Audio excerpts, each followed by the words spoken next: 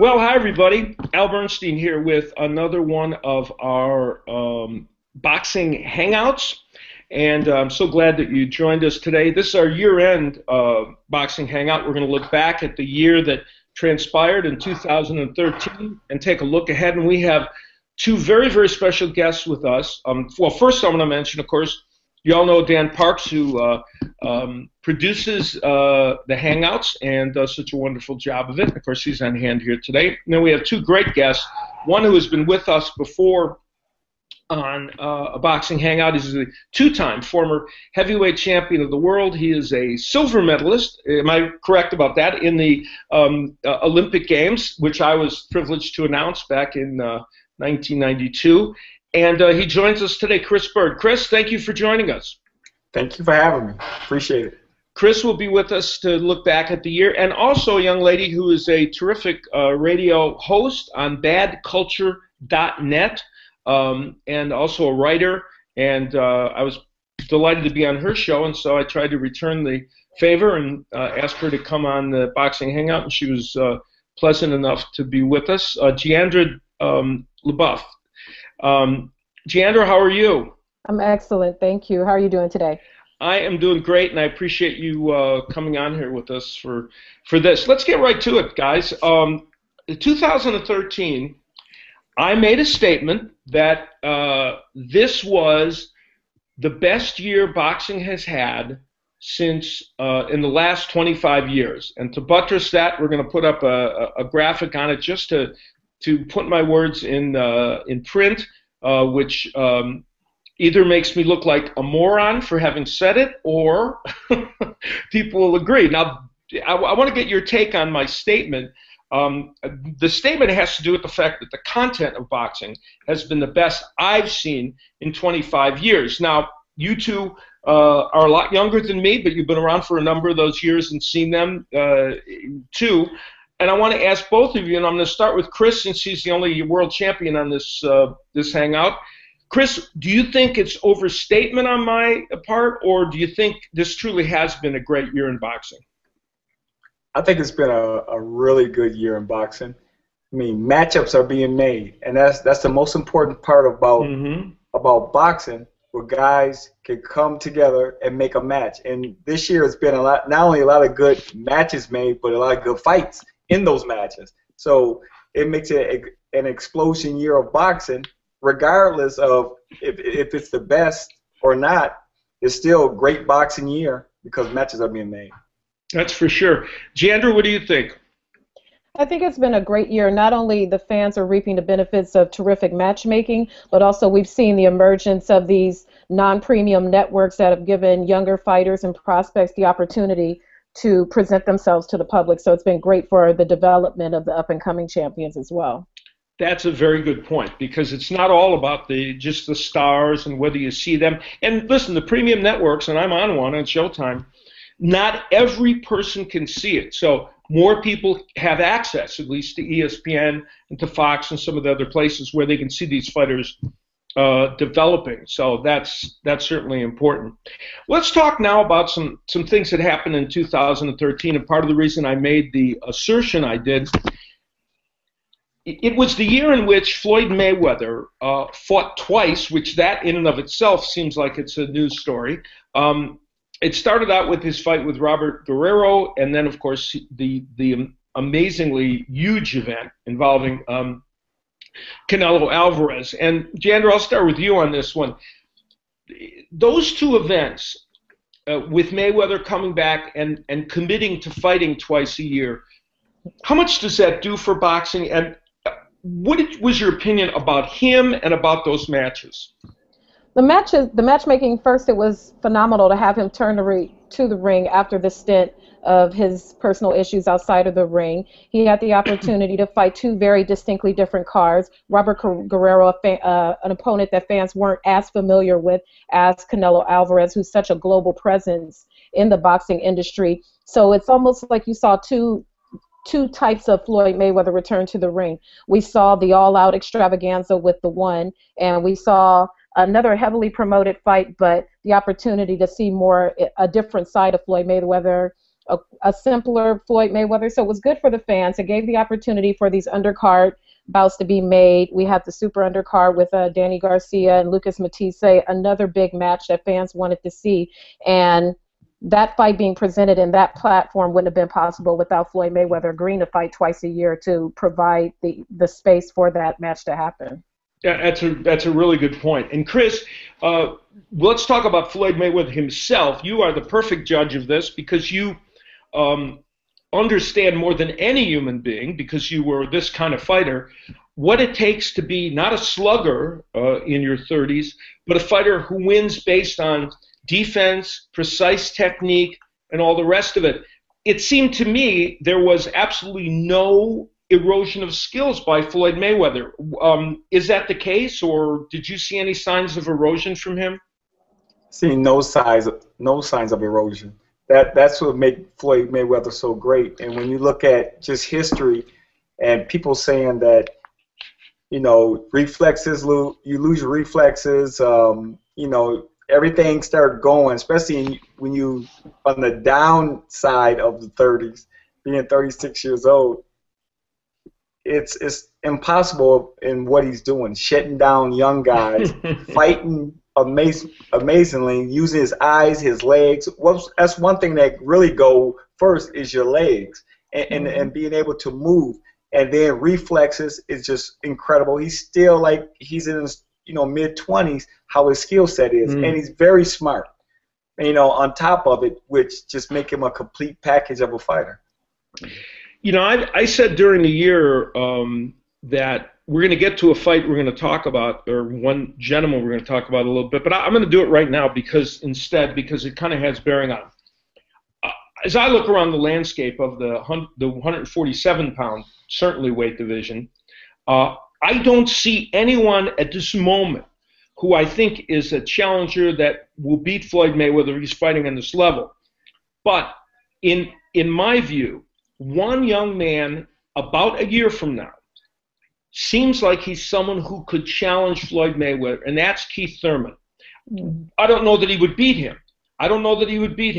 But Thurman made the statement to us, and I thought it was a great statement in the meeting we had with him. He said, "I'm not telling you I'm going to beat Floyd Mayweather, but I'm telling you if I get my chance to fight him, I will make the most entertaining fight people have had seeing Floyd Mayweather." Chris, I'll ask you first, and then Jeandra. How do you view that statement? Is Thurman somebody that you think could challenge?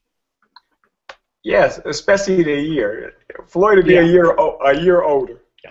So, and Keith Thurman got the punching power, the movement, and he's getting smarter and better with each fight. I mean, he can go 12 rounds moving and throwing punches. I mean, he's in great shape. I mean, the kid is phenomenal right now on the level that he's on. But in another year, Floyd another year older, of course, he's right in the mix. And he has the punching power that can keep him in the fight and turn the fight around anytime. So, great statement from him. Yeah, and Jeandra, you as you cover boxers and you interview them, the one thing about Keith Thurman is he also has an intriguing personality. He's very articulate. He's got some bravado in him, but he doesn't take that bravado to the point where I think it turns everybody off. How is he as a potential figure to kind of move ahead that division and be kind of a superstar in that regard?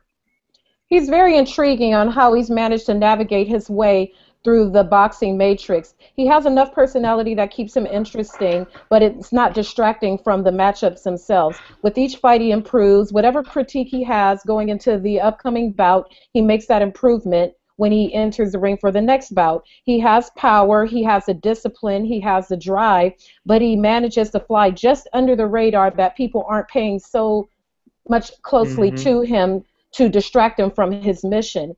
He absolutely has the power. This would be an intriguing matchup with him this May. That match is probably not going to happen. I'm anti that fight, him fighting Floyd Mayweather, because I do want to see him fight his mandatory Marcos Maidana, but he definitely is a contender who could be in the mix to give Floyd a run for his money a year from now. Yeah, and I don't think that he will fight next against him. My statement has to do with, like what I said to Chris, it's a year from now, or it's Keith Thurman having one or two fights in the interim, and then, and of course, that's a time where we're going to find out if Floyd Mayweather is willing to take some risks and do it at that point. Now, while on one side of the Cold War with Golden Boy and Showtime, we had the Mayweather pay-per-views and involving Canelo as well, who we'll talk about a little bit. Then on the other side, with Top Rank and with HBO, there was their series of fights that led to pay-per-views. The Bradley Marquez pay-per-view and the Pacquiao Rios was a fascinating round robin of fights that included Alvarado in the second fight against Rios. We had Provodnikov taking on Bradley. Then we had Alvarado fighting Provodnikov. Jeandra, those fights, I loved almost all those fights. I thought they were all great. Now, all those fights leading up to the Bradley Marquez and Pacquiao Rios, those fights were exciting because we saw people engaging with each other. Right. We saw, shades of Gaddy Ward with the Bradley Provodnikov or with the Rios Alvarado. You got a very fan-friendly fight style, come forward, a lot of action, just an absolute drag-out slugfest. But it's interesting that the first fight that kind of generated this round robin was the Bradley Provodnikov fight. It was originally supposed to be a tune-up fight for Timothy Bradley. No one expected it to be all this action-filled. I was lucky enough to be ringside for that fight, and most of the crowd left when it got time to watch that fight. And it was, while Rios Alvarado was an exciting fight, it was absolutely just as epic a fight to sit there and watch these men. Timothy Bradley was absolutely amazing, concussed in the first round, still managed to bounce back, dominate in the middle, take a lot of punishment in, and it just could have gone either way. And it really gave fans the opportunity to see both of these fighters in a different light. Chris, I'm going to talk to you a little bit about Provodnikov. Mike Alvarado, who I have great respect for, and he's a terrific fighter and got his chances kind of late for major fights. Of course, he beat Rios the second time, boxed beautifully, could not hold off the pressure and power of Ruslan Provodnikov. Now, you were faced with that task of facing big heavyweights, some of which, like the David Tuas of the world, who were relentless in their pressure. Is Provodnikov that great a pressure fighter? It seems he is, and how do these people in the future hold him off? Well, he is a great pressure fighter. I call him the new boxing action hero. I mean, he brings the pressure, constantly bringing it, cut you off, and that's one thing a lot of people don't notice. He knows how to cut you off really well from guys that's moving, and he makes you fight. And in the future, can guys hold him off? And that's the biggest question for everybody. I mean, it's a question mark. Can you hold this guy off? He can take a punch, constantly coming forward, cutting the ring off, but making you fight his fight. And with guys that move away from him, they're not getting away from fighting their fight as far as moving and sticking and jabbing, putting combinations on you. He's taking it, constantly coming forward. So it's going to be a hard matchup for anybody that's trying to be a pure boxer and sit out there and be pretty. It's not going to be pretty for them. That's for sure. Yeah, they couldn't handle the pressure. Jeandra, that all led to part of it with Rios. Even though he had the loss against Alvarez, he was the one that drew the short stick, I guess, if you will, and ended up fighting Manny Pacquiao. A fight that I really thought would be a little more action-packed than it was, but part of it was because Pacquiao looked so good. Maybe you can comment on two parts of this. One, the fact that Pacquiao did return with not just a winning performance, but a really excellent tactical and technical performance. And secondly, what did it mean to have the fight in Macau and open up that market for boxing? It's a brilliant move from Bob Arum's perspective to go in a place like Macau. Even if the event is not, say, pay-per-view for the people living there, you have millions and millions and millions of people who are tuning into boxing who normally wouldn't if you present it in that platform, in addition to the audience that you have at home. From a style standpoint, I felt like this fight was tailor-made for Manny Pacquiao to display his best assets. You had a Brandon Rios who had already been through 2 epic battles, so he's still very war-torn from the fights that he's had over the previous year. In addition, he is a fighter that's typically not a slick fighter. He's a brawler, so it allowed Manny Pacquiao to pick him apart and take advantage of him by having a more sophisticated technical style, very similar to how Floyd Mayweather picked apart Canelo Alvarez. And just the moving up in weight, the changing of camp, and just the distractions, taking him over into a different place, unaccustomed to fighting there, away from the creature comforts of home and the things that mentally prepare him for a bout, thrusting him into a new arena, the big pay-per-view arena. He mentioned in a lot of the pre-fight press that he was nervous, and this was a very new experience. A lot of that can take a toll on a fighter emotionally if they're not used to it. It's a lot of added pressure in addition to performing for the fight themselves. So overall, I felt like that fight was made for Manny Pacquiao. It showed him in his best light, and Brandon Rios will still continue to be a very fan-friendly fighter. As we see, he's got this next fight that potentially is coming up against Ruslan Provodnikov. They've made a tentative agreement, so Brandon Rios will recoup just fine, and Manny Pacquiao will go on to set his legacy, whatever it may be. Yeah, if there is a Rios Provodnikov fight, that will not be for the faint of heart, I assure you. Wow, that's going to be an awesome fight. That'll be crazy. Let's talk about a couple of fights that, in fact, all 4 of them, actually, I was privileged to announce. And I'm gonna have you guys pick one of them that you really were amazed with. One, of course, was Omar Figueroa taking on Nihito Arakawa, a fight that was supposed to be a tune-up for Figueroa as he was getting ready for a title match. It turned out to be anything but. It was an amazing brawl. Then Adrian Broner taking on Marcos Maidana right here at the end of the year, and of course it was an upset with Maidana beating Broner, a fight that had everything you could possibly imagine, not just in a fight, but in the theater of the absurd. And then Jesus Soto Caras early in the year against Andre Berto, again out in San Antonio, a tremendous battle that Soto Caras pulled out with a knockout over Berto, and astonishingly, he needed that knockout to win, which was part of the bad judging we're going to talk about a little bit later. And then Alfredo Angulo against Erislandy Lara in a fight that I just thought was fantastic. Jeandra, which one of those, of all them, tickled your fancy the most? Probably of those, I'd say Arakawa versus Figueroa. Arakawa was almost a victim of his own bravery. Apparently they didn't teach him the word stop or fall back or slow down in any language that he speaks, because he knew no stop, and he never went down despite all of the punishment he was taking from Omar Figueroa. Figueroa dominated the fight the entire time, but still he managed to come forward and he stand up. He had, I think, maybe one standing 8 count, but he endured so much punishment. He kept coming. So that was just mind-boggling to me to watch that fight take place. Yeah, it was amazing. As we were announcing it, he kept throwing punches back. And because Figueroa hurt both his hands, in the 11th and 12th rounds, Figueroa couldn't really punch. And here's Arakawa facing a man with 2 hands hurt, and he was blasting away, but Arakawa not a monstrous puncher. It was a crazy fight, that's for sure. Chris, of those, which one struck you as interesting? Maidana Broner. Oh boy.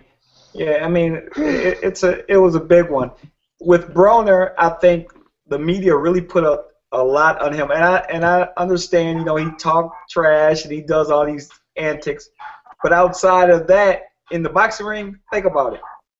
He moved up 2 weight classes and fought Paulie. And when he fought Paulie Malignaggi, everybody had Broner as the guy that should beat Paulie easy, basically. And it should have been an upset if Paulie would have beat him. I'm like, for real? That's 2 weight classes. If you're not used to fighting in a 1 weight class up, how about 2? And so all this pressure on him. So going into the fight with Maidana, since he beat Paulie, he's champion now. Now you stay at the weight class. You fight a guy that's bigger naturally and stronger. The first round surprised him. He get knocked down. Now he's like, okay, I'm in this huge fight with this big puncher. It shakes you up. So, it's interesting that, everybody is down on him. And of course, his lifestyle outside of boxing. But in the boxing ring, hey, he moved up 2 weight classes. This is what you should expect, but nobody expected. He has a great skill set, but he's not Floyd Mayweather. And that's the biggest thing. He's not Floyd. And he's still young. He can bounce back from it and do pretty well. But I don't think he should bounce back at welterweight. He should either go back to 35 or 40. At 40, it's a lot of, hard guys at 140. But really, dominate 35. Be that guy in history where, compare him to Pernell Whitaker, Burrow Durant, those type of guys, and dominate there. Then venture out up to the bigger weight classes. He tried to get it real fast. Boy, are you right. I couldn't agree with you more. And you even said it in an interesting way.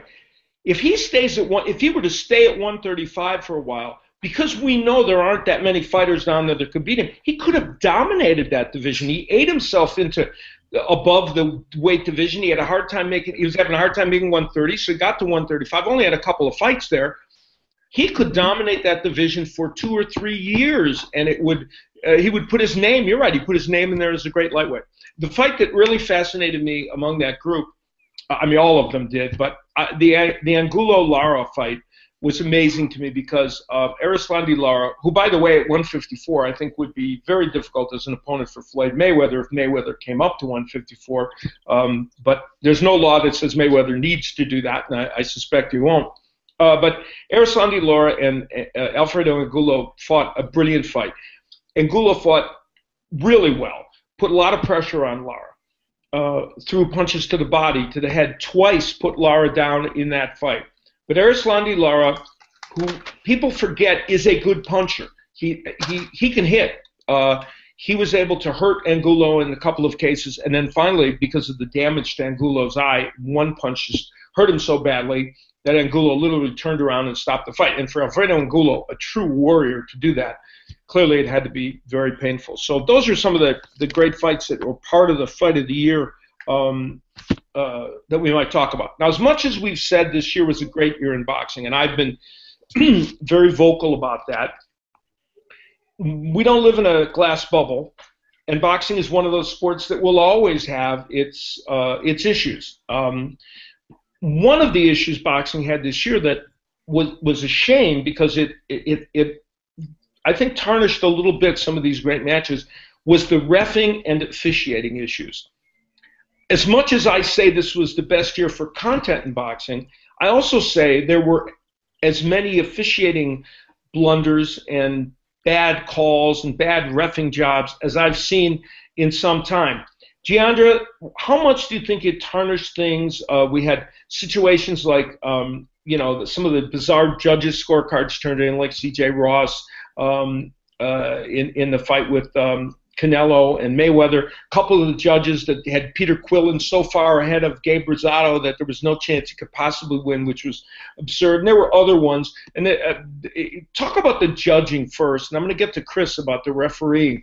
Some of these judging issues, how much of an issue is it to boxing, and how much do you think the average fan has that detract from their love of the sport? It's unfortunate because it gives the figurative black eye to the sport that people are quick to condemn and say boxing is dying on the vine and people don't watch it anymore and they're switching to MMA and all the other arguments that non-super fight fans like to make.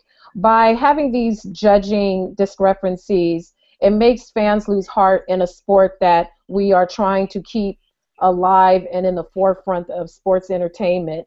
If you're a casual fight fan and all you know is come forward, which is what today's fight fan looks for, the kind of microwave fight fan that just wants to see a knockout, a punch out. If you have a fight that doesn't fall into that category, which is more of a chess match or a technical matchup, they watch the fight, they think they have a clear idea of who managed to emerge victorious, and then you get the scores card, and they automatically say, oh, see, that's why I don't watch boxing anyway. It's corrupt. They pay the judges off. If this is not the A-side fighter, there's no point in watching because the underdog is not going to get the victory. The officiating is just so poor, and then there's so many people who are waiting in the wings to critique the standard, what the judges are doing ringside, and we see all the things pop up on the internet. You have Vine videos and all these things that people are doing instead of watching the match itself. So you have these instances where a casual fan is so waiting to pick the sport apart instead of actually paying attention to what's happening in the ring. And when they finally tune back to what's happening in the ring, oh, the fight is boring because no one's getting knocked out. So it goes on to tarnish the fan for someone who may be on the fence and want to become interested in boxing, but they think it's corrupt because there's no clear way of deciding except for human error or scoring of that manner. We don't have any instant replay or things that you have in other sports to correct the wrong. And judges like we are fallible. They're human beings. But when they make these errors and gross neglect in decisions, it turns the casual fight fan away, and then it leaves us trying to recruit people to watch the sport, but it just tarnishes the image that's already a little shaky. Yeah, I agree. And I think the big problem is those close fights, and the ones where maybe they're dealing with technicians in the ring. I get that. But what I think distresses me the most, and what's difficult for fans to figure out, and it is an issue, is when you see a fight and they go so far in a certain direction, and you alluded to that when people think they're leaning toward the A side fighter in quotes or whatever. And I find that, listen, I'm forced to score the fights. I say forced, they're not holding my family ransom, but part of my job is to score fights, and people always want the announcer to score it.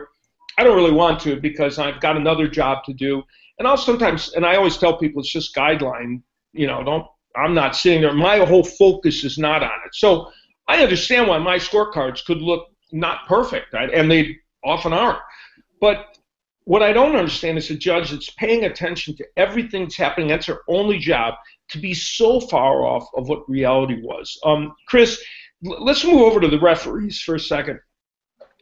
There was a lot of refereeing that I thought this year. I thought the stoppage of the Carl Froch fight was ludicrous. There were some other instances of refereeing that was, in my opinion, biased. It happens across the pond on our end and in Europe a lot. European fighters will come here, and honestly, to be perfectly candid, they get jobbed, and oftentimes they go over there and they get jobbed. And then, of course, in the case of Froch and Groves, it was two British fighters, but people wondered, again, what Jeandra said, did that referee, because Carl Froch is the big champion and seems like, quote-unquote, the A-side fighter, did he get the extra break? Do you find refereeing being a little bit less than it was, and why are these referees not following their procedures better? Well, I think it's, not a little bit less than it was. I think it's always been like that. And it's all the individual referees. For instance, I spoke at the IBF convention to the officials. So I wanted to know about the same thing we're talking about in the judging and the referee. And one of the main referees, I'm not going to say a name, he said, I got the best seat in the house. I see stuff that nobody else see. And when I see certain things, I'm like, hey, he's hurt. When everybody think this guy's that hurt, he's really hurt. So sometimes you stop the fight a little early. The thing is, you live to fight another day. Maybe he stopped the fight a little early. Maybe in the judging, I seen the round different. I like the puncher instead of the guy that dances around the ring in boxing and being effective. So it goes all these different ways. I mean, that's just boxing. And like Jeandra said, you're human. And sometimes you're just a human being, and I score it different. I may referee. This is my style of refereeing. This is how I do it. My thing is, for me, stop, break, and box, and get out the way. Let them fight. Absolutely. That's it. Period. Don't the favoritism. Of course, you're human. Hey, if I'm in a Mike Tyson fight and I'm a Mike Tyson fan and I'm the ref, I'm gonna favor Mike Tyson. You're human. You're in boxing. I got relationships with a lot of referees and judges and stuff. Of course, in a close round, they're gonna give it to me. Yeah, see, I find that it's just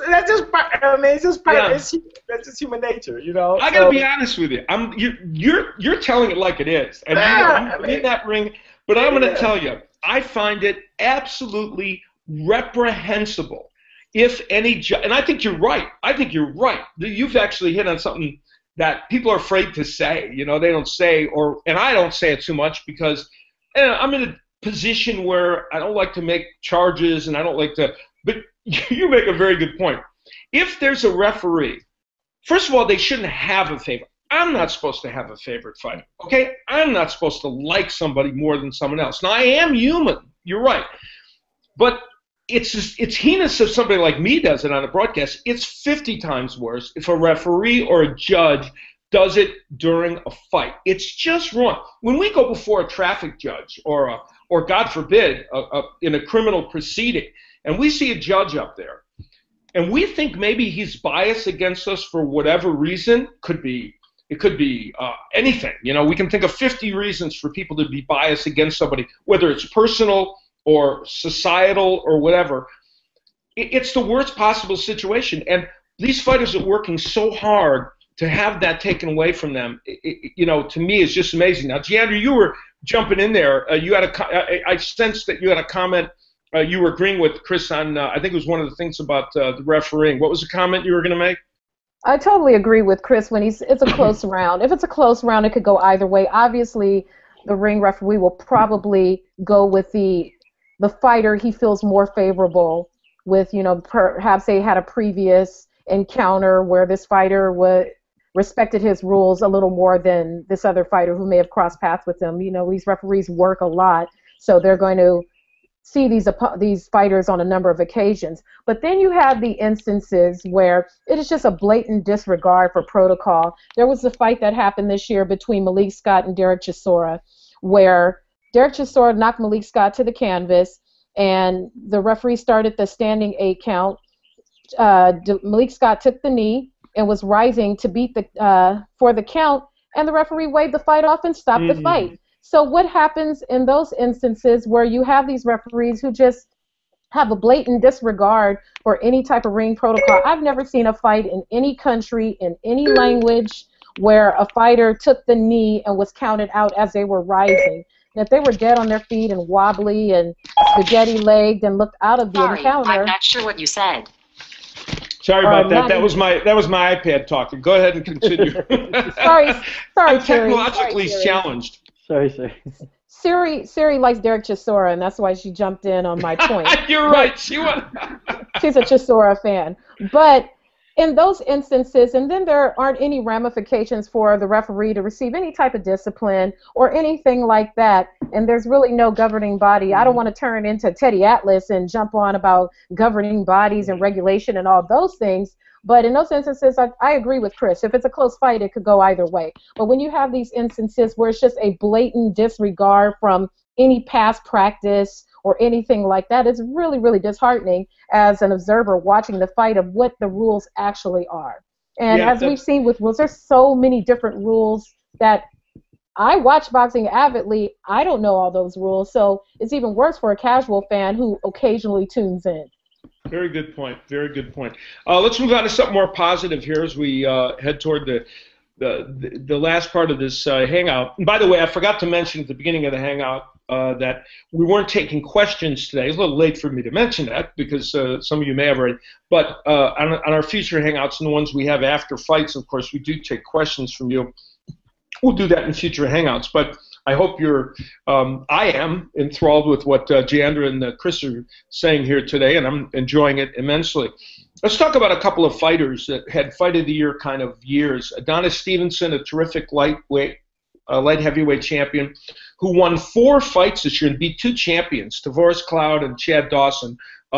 They actually got my vote as fighter of the year. But you can make a case for Sergey Kovalev, who was, of course, another great light heavyweight that we're waiting to see them fight each other. Danny Garcia, who Chris alluded to, who won 2 fights this year and beat Lucas Matisse in a fight that many people thought he was the underdog and wasn't going to win. And Gennady Golovkin, the middleweight, with all that power.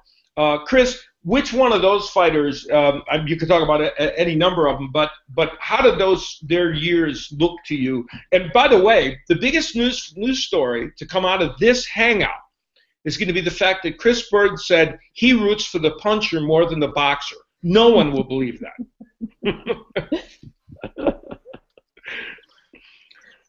What do you think of those fighters? You better not believe that. I root for both. All right, because you said it. You said you like the boxers. No, I'm just kidding. What did you think of those fighters that we talked about? I mean, all four was great. I mean, it's hard for me as a boxer that love watching just boxing on TV and watching these guys just grow more and more with wins.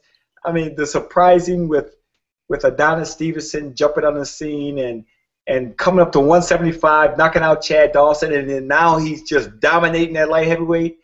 That's great. You got Kovalov, who's this killer that's coming into the light heavyweight division also, winning 4 fights, this year. I mean, it's hard. Golovkin, all knockouts. I mean, he's, the best middleweight really in the world.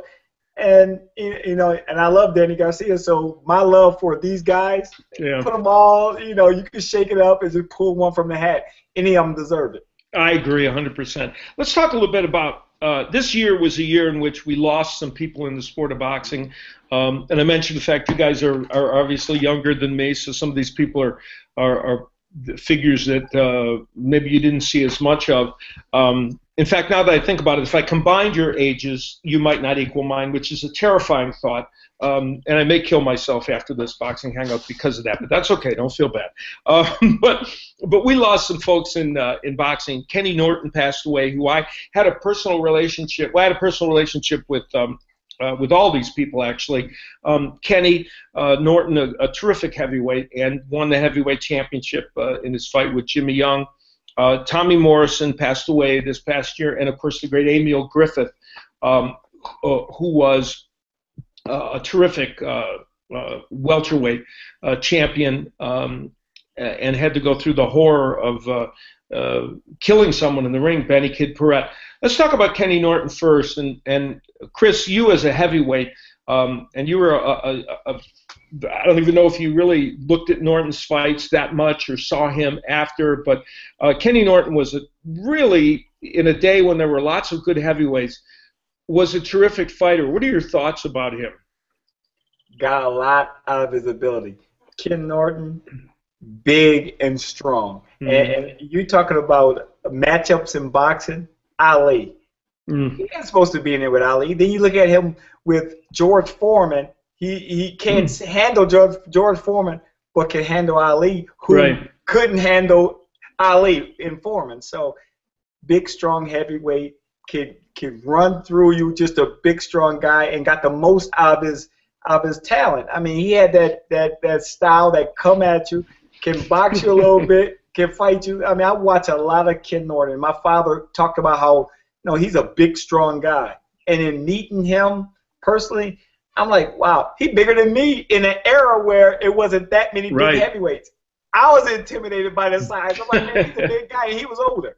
So, it was sad. It's always sad losing one of the greats, but we all go. And he had a great career, and it made me think and watch all of his fights over and go, man, he was a boxing great, a legend that was living in my time. Yeah. And I got a chance to meet, which was special. So, it's just a special moment when you meet people like that are not only good fighters but good people also. Yeah, Kenny Norton, a wonderful guy. He wrote the a first book I did on boxing many years ago, before I was on TV, called Boxing for Beginners. It was I wrote to him and asked him to write the foreword for the book, and he did, and we put his picture on the cover. And since then, all the years I had a great relationship with him, and I would be around him at a lot of these events that I'm sure you went to, all these charity events, and you'd see him there. And he and Kenny Norton and Larry Holmes many times would be with each other and relive that great fight that they had, which I think truly is one of the 3 or 4 best heavyweight fights of all time. And you mentioned the Ali matchup. Norton had such a good jab that he was able to hang in there with Ali, and I think it was the jabbing that probably did it more than anything. One of those other people I mentioned, Jeandra, who was more contemporary than Kenny Norton, was Tommy Morrison, who was a very good heavyweight fighter, really did very well and ended up winning a world title. He ended up beating George Foreman at a time when Foreman was in the midst of his comeback and fighting very well. A tragic case with Tommy Morrison. He ended up contracting HIV, and his later years were somewhat odd, but he was a great guy and was a very good fighter. And what do you think the legacy of Tommy Morrison will be? I think it would be exactly that. It was really sad in the later part of his life that he had been suffering from a number of health issues where he was in denial of what was actually happening with him. His license had to be suspended, and then he just vanished from the public eye, and where, you can't really advise people of how to live their own life, but he could have been such a powerful advocate for health and retaining good health and just hygiene and all these things that are pertinent in the world of boxing that we lose sight of when we're watching these epic brawls where they're bloody and battered and we see all these things happen in the ring. He could have been a tremendous advocate for that, but that will be his legacy, that he worked hard, he was in line for the big fights, but got sidetracked, unfortunately, by health issues. So I think his legacy, that he was a good guy and liked by a number of people. Yeah, he really was. He was in, it's interesting, of course, he was John Wayne's grandnephew, and he was the star of Rocky V. And I did a little cameo in that movie, and I remember when I was on the set watching him, he always knew his lines, and in movies you have to do your lines over and over again frequently. He never screwed up. For a guy who never acted, I'm not suggesting he was Laurence Olivier, he did a very good job in that movie. And I always thought that was going to be a future for him, and it just didn't work out. But Tommy was a great guy. And a final word from me on Emil Griffith, who was a wonderful, wonderful man. Suffered with, I think, the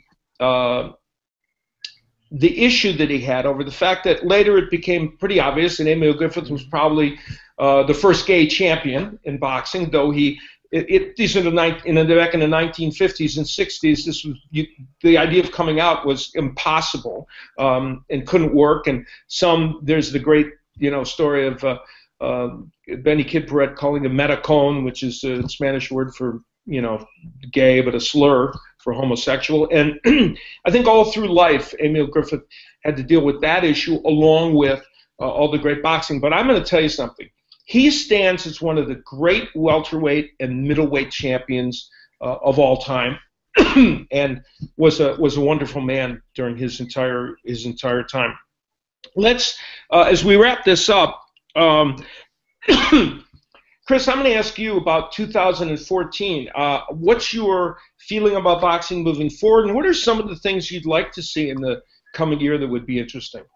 2014, I hope it'll be better than 2013. Well, 2013 was great, but if it's better than 2013, we're going to have a tremendous year in boxing.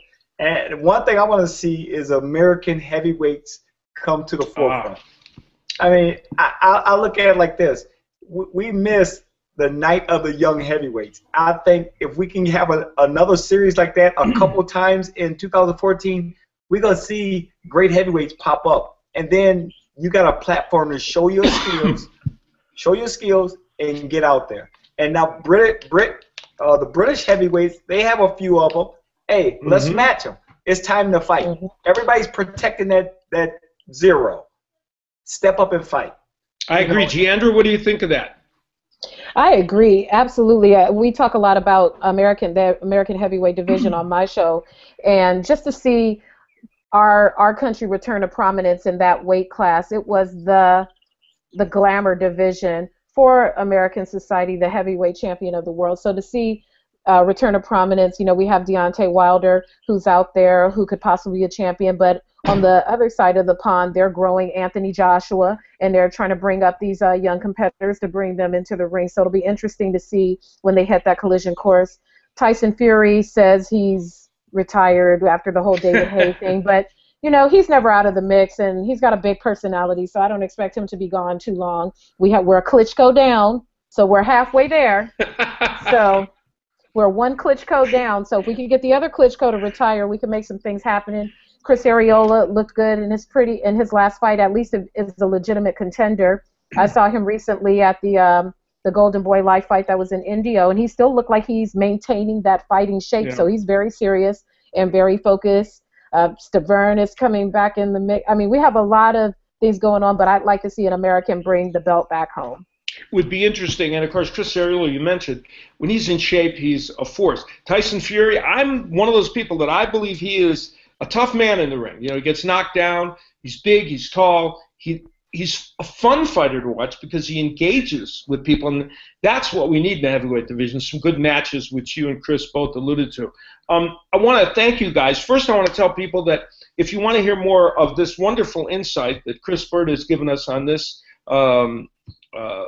Hangout, you can go to Chris Byrd, that's BYRD.com, and get to his podcast, which he does after fights and before fights, and they're very good.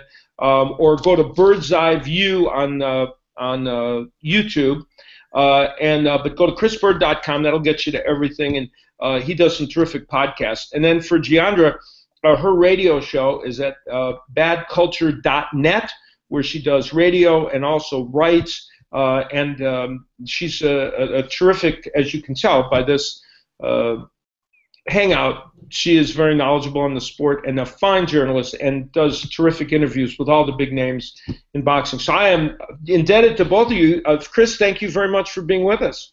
Thank you very much for having me on. I appreciate it. All right, and Jeandra, thanks for being with us, and everybody should go to listen to your radio show and see you write. I was very much enjoyed being a guest on it. Thank you very much. It was a pleasure being here. We have our big monthly roundtable where we'll wrap up the end year, me and several other journalists. So it'll be a good show tonight too.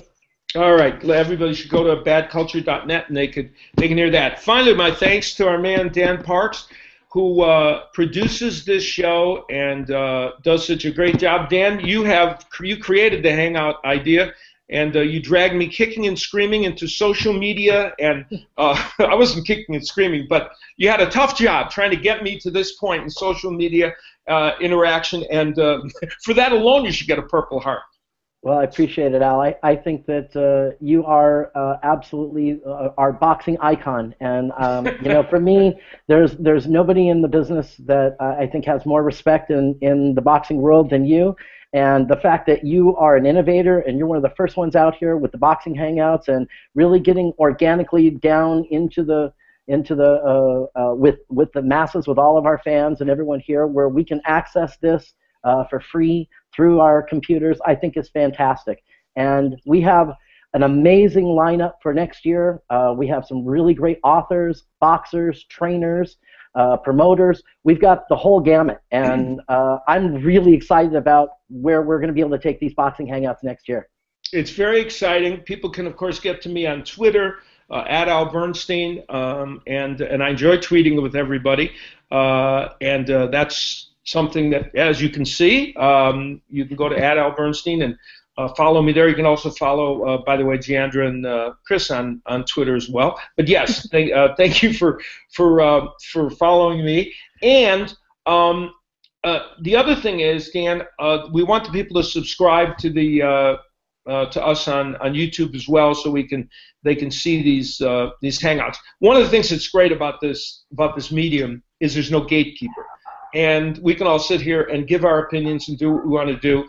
And I'm very delighted that Dan and I are doing a little pioneering here, because he's right, there has not really been this particular format used for boxing so much. So thank you all for joining us here on the Boxing Hangouts. As Dan said, we're going to be back often during 2014 to bring you great guests like tonight, and also give you opinions and come to you after fights, as we have been doing, where you can kick around the fight you just saw. So take care, everybody. Have a wonderful new year. We'll see you in 2014. Bye-bye, everyone. Thanks a lot. Bye.